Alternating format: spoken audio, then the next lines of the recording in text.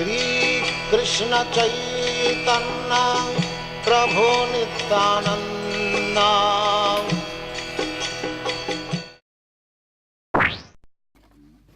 Hare Krishna, welcome to our Bhagavad-gita channel. Bhagavad-gita, here it is. We're reading Bhagavad-gita as it is, and it's translated, and the commentaries are by His Divine Grace A.C. Bhaktivedanta Swami Prabhupada, and my name is Labangala Tika. So we are in the 4th chapter, Transcendental Knowledge, and whenever we want to do something, it's always good to have some knowledge. It's always good to do some research. If we go for a holiday, or if we apply for a job, or plan our education, we want to know what we're getting into. Spiritual life is not different. It is or it can be a very serious undertaking. And then, of course, we want to bring our heart in. We want to, feel that we're on the right path. But we also want to do our research. We want to have some knowledge. Because spiritual life, contrary to popular belief, there is knowledge about it also. It's not just a feeling. It's there. We are not the first one. Just like every young person think that they have invented sex and drugs, and they're looking down on the older people and thinking, haha, we know something, and these old people, they know nothing. So where do they think they come from? And in a similar way, not at all similar way, but spiritual life is something that has been done through the ages, and whereas everything else, culturally and so on, knowledge changes a lot, spiritual life doesn't change so much, because the spirit soul doesn't change. The spirit soul is the same. Of course, how we express that knowledge is a little bit dependent on the culture, not because the culture changes the soul, but because the culture changes people's ability to understand the knowledge as it is given. So it may be presented slightly different, but the knowledge is very much the same. I will read text 21 from the 4th chapter. Nirashiryata chit atma jakta sarva parigraha shariran kevalan karma kurvan apnoti kilbisham. Such a man of understanding acts with mind and intelligence perfectly controlled, gives up all sense of proprietorship over his possessions, and acts only for the bare necessities of life. Thus working, he is not affected by sinful reaction. So there have been a few verses, one who is understood to be in full knowledge, whose every endeavor is devoid of desire for sense gratification, abandoning all attachment to the result of his activities, satisfied and independent, he performs no fruitive action, although engaged in all kinds of undertakings. So of course, this is one chapter called Transcendental Knowledge. Chapter 3 was called Karma Yoga and was about activity. But of course they connect. And this is also about how one can act in this world. And a man of understanding acting with mind and intelligence perfectly controlled. So it sounds a little bit foreign, doesn't it? I mean, how do you control your mind? Isn't it the other way? You just kind of live and you kind of follow your impulses and your attractions here and there. But we understand that we are different from this mind and body, and therefore we can also see it practically. Somebody who's has a little bit of a perspective, isn't completely embroiled in the activities, in the desires, in the disappointments, in being drawn here and there. They can maintain a certain peacefulness, and they're also able to do the right thing. That's a little bit difficult. We're speaking about civil courage. I'm thinking it would be similar in English. Civil courage. The courage to stand up for that which is right, even if society kind of is against it, your friends are against it, and we can always use the example of the Second World War and about what happened there, what happened in Germany. They were rounding up all the people that they didn't like for depending on those people's material identification. Some people were Jewish, some people were socialists, different groups. They would round them up and kill them. And in the beginning this wasn't apparent, but gradually it became harder to conceal. And then Whereas in the beginning, people may have been a little naive and thinking, well, I don't know if they said that. I'm sure they said it about Mussolini. Well, he did many bad things, but at least the trains were on time.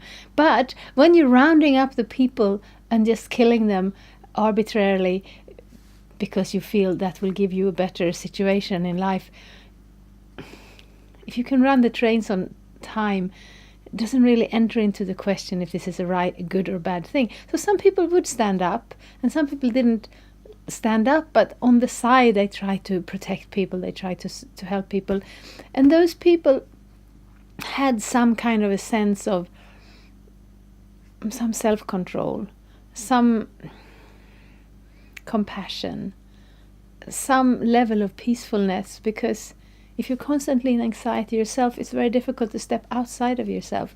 So this aspect of controlling the mind and the senses, it is there for a yogi, but it's actually valid in every situation, that if you have that ability, you gain a certain level of peacefulness, a certain level of character, and especially in spiritual life, this is very important. A Krishna conscious person does not expect good or bad results in his activities. His mind and intelligence are fully controlled. He knows that because he is part and parcel of the Supreme, the part played by him as a part and parcel of the whole is not his own activities, but is only being done through him by the Supreme.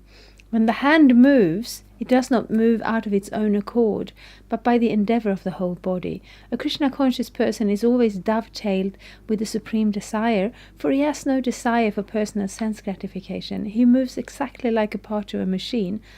As a machine part requires oiling and cleaning for maintenance, so a Krishna-conscious man maintains himself by his work just to remain fit for action in the transcendental loving service of the Lord.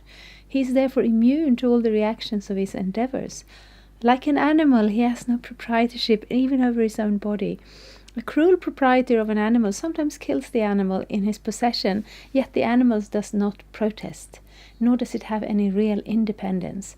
A Krishna-conscious person fully engaged in self-realization has very little time to forcefully possess any material object.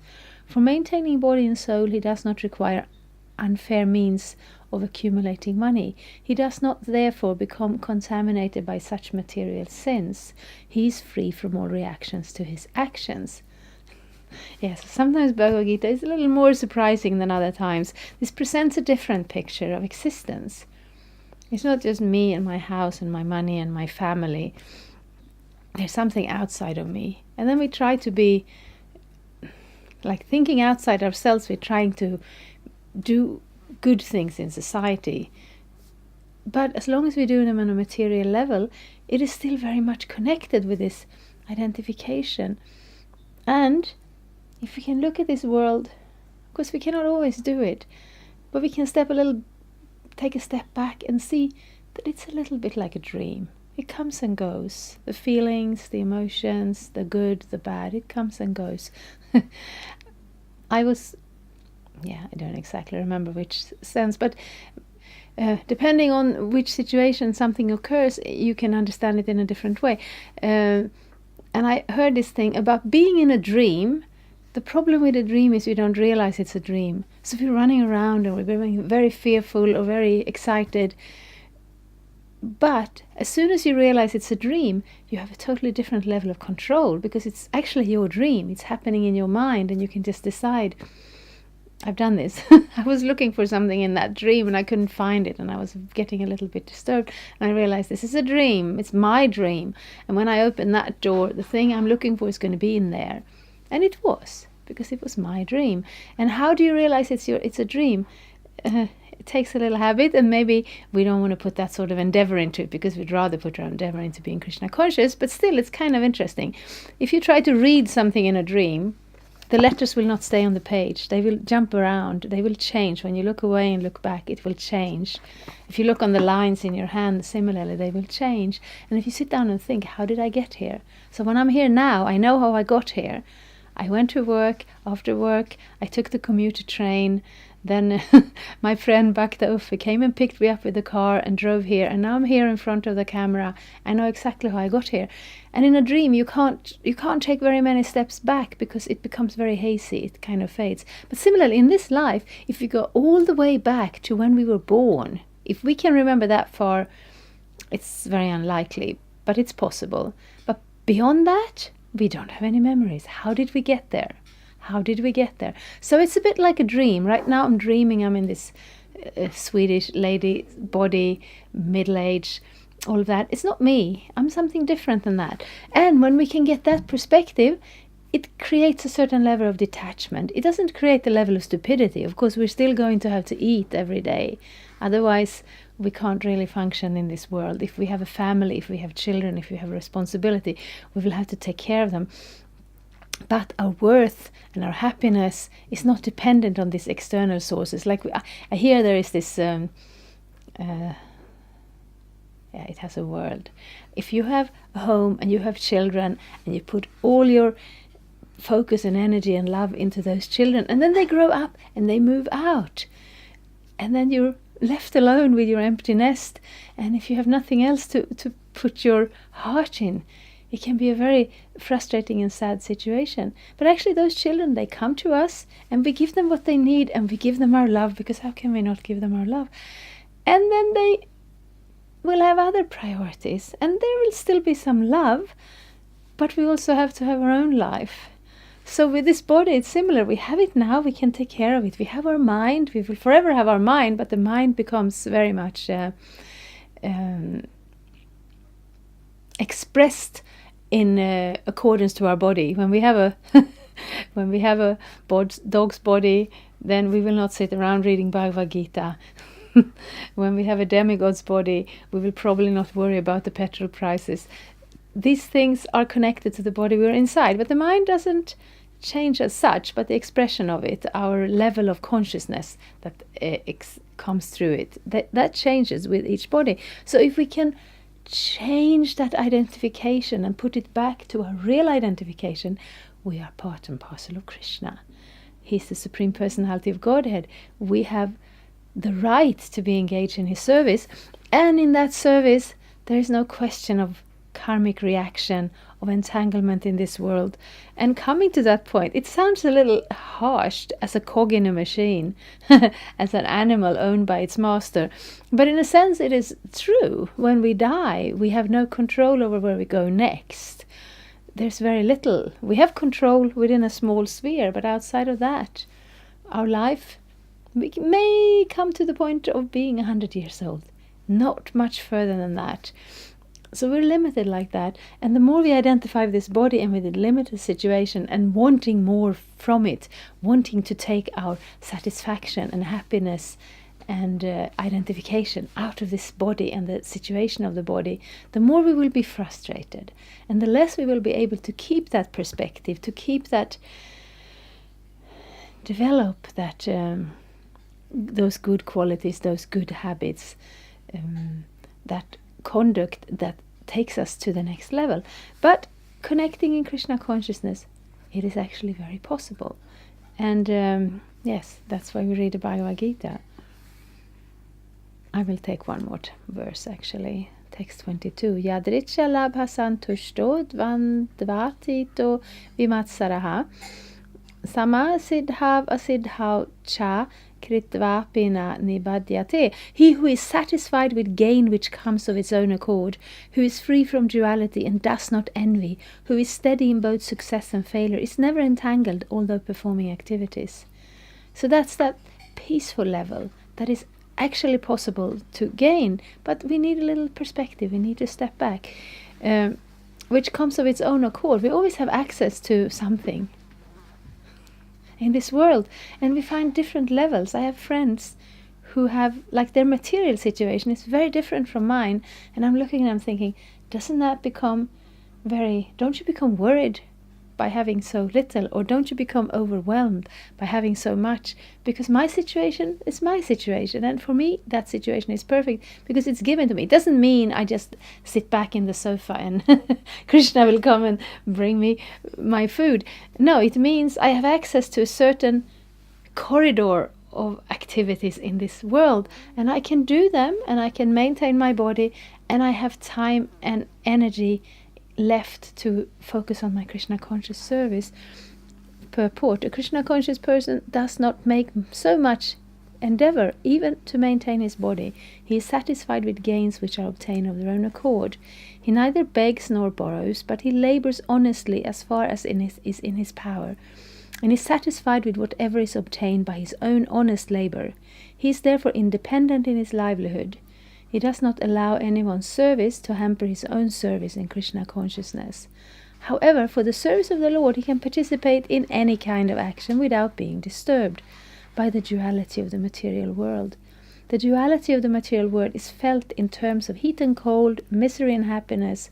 A Krishna conscious person is above such duality, because he does not hesitate to act in any way for the satisfaction of Krishna. Therefore he is steady, both in success and in failure. These signs are visible when one is fully in transcendental knowledge. So we can check ourselves a little bit. How much do we want to endeavor for things that are out of our reach? This quality of envy, if we find that we are envious, if we find that when we see others happy, it bothers us, it disturbs us, then we actually can see that we need to make some progress in our personal development, because those qualities are not very cultured, are not very civilized, are not very spiritual, and they create all the problems in this world. Envy and greed and so many things. But we can see it is possible to find a level of activity where we can both function in this world and both develop our spiritual consciousness. And then it's good to have this kind of knowledge. We can check ourselves against them. So how much am I attached? How much am I envious? And so much practical stuff page by page in the Bhagavad-gita. Thank you very much. Hare Krishna. Thank you for watching. We aim for updates every Tuesday and Friday. Please come back. If you have any questions or comments, please leave them down there. We also have some links and information for you. And there is, of course, the subscribe button. Thank you. Hare Krishna. I'm a Hare Krishna, and I approve this message. Subscribe. Hare Krishna, Krishna Krishna, Hare Hare, Hare Rama,